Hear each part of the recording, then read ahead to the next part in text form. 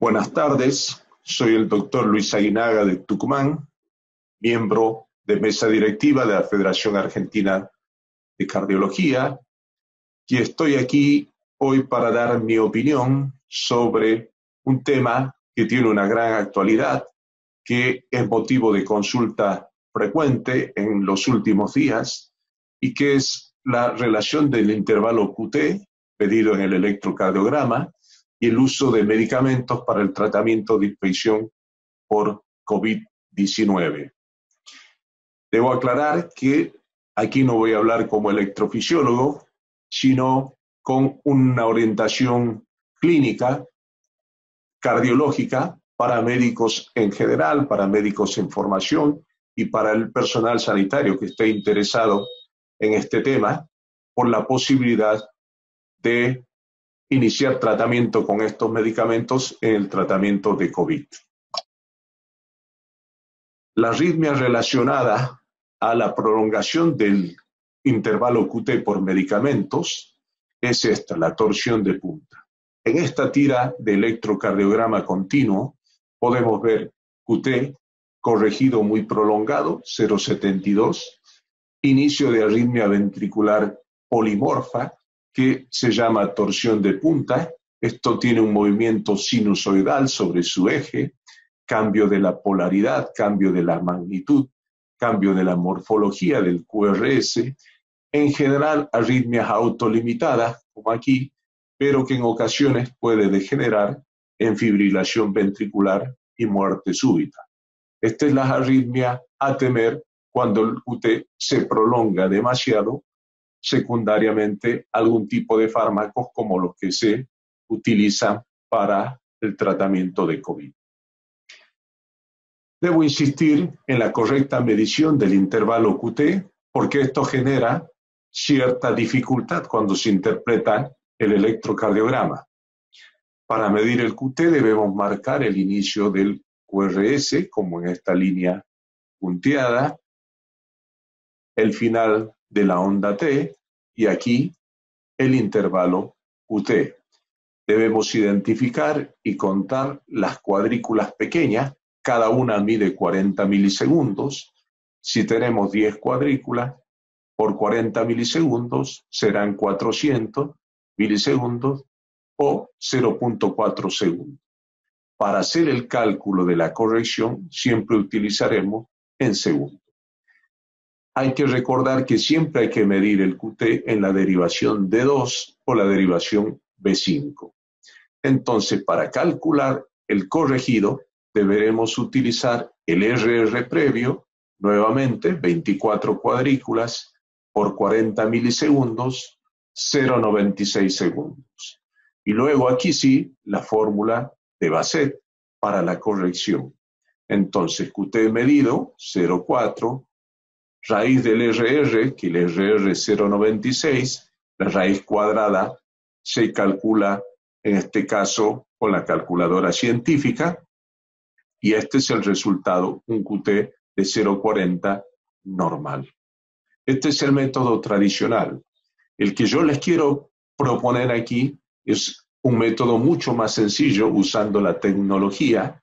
Acá, por ejemplo, con la calculadora del QT corregido, que está en Medscape, con este link de acceso libre que deberíamos tener todos en el celular, y simplemente necesitamos dos datos: el QT que hemos medido, aquí 0,44 por ejemplo, y la frecuencia cardíaca.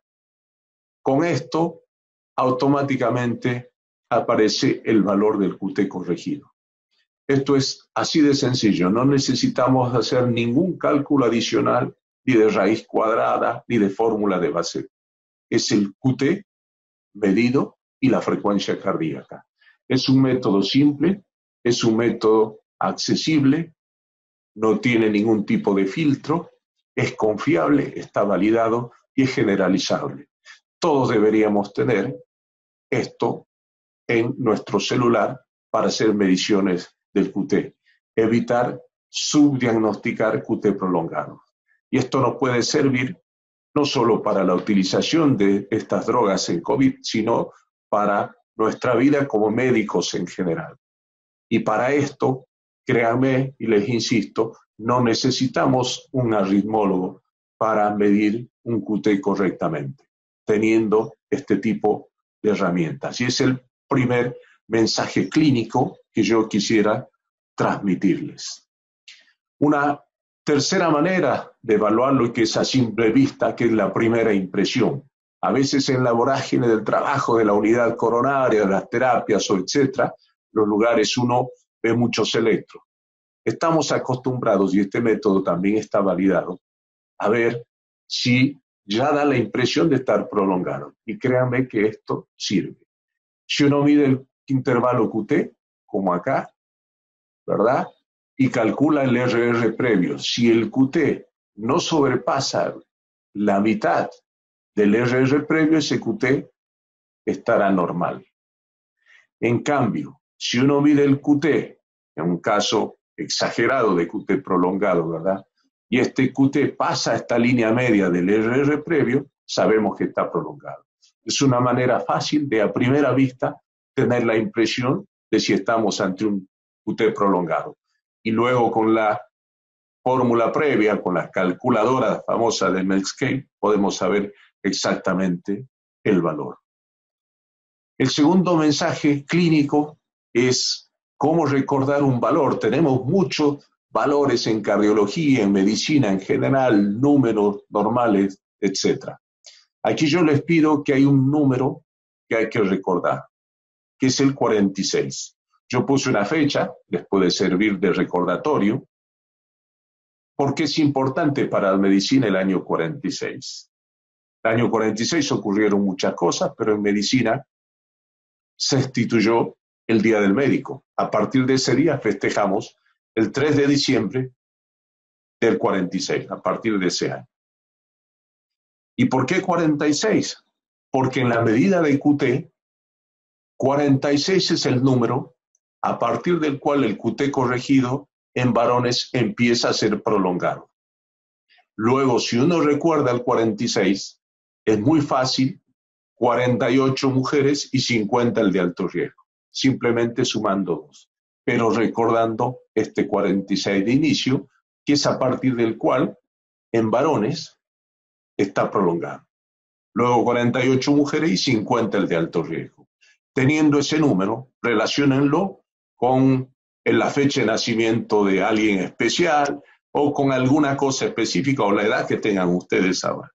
No se olvidarán de este 46, institución Día del Médico. 46 es cuando empieza a ser prolongado el QT en varones. Para esto tampoco necesitamos al arritmólogo. Segundo mensaje clínico. La tercera cosa importante es que hay algunos pacientes mucho más susceptibles para tener este tipo de prolongación del QT o de arritmias ventriculares malignas. Sobre todo pacientes mujeres mayores de 65 años, con antecedentes de QT prolongado, muerte súbita, con alteraciones electrolíticas, fundamentalmente la hipo, ¿verdad? Hipocalemia, calcemia, magnesemia, medicamentos que prolongan el QT, y aquí en cardiología mencionamos sí o sí la miodarona, como antiarrítmico, ¿verdad? En general el grupo del antiarrítmico es de las que tenemos en uso clínico la que más prolonga, algunos antibióticos, antifúngicos, medicamentos de uso en gastroenterología, etc. Las comorbilidades cardíacas, todo paciente con cardiopatía estructural tiene más riesgo de hacer estos fenómenos de torsión de punta. Y más aún si hay bradicardia, evento coronario agudo, insuficiencia cardíaca, de base una miocardiopatía hipertrófica, QT largo congénito o antecedente de paro cardíaco en el término inmediato.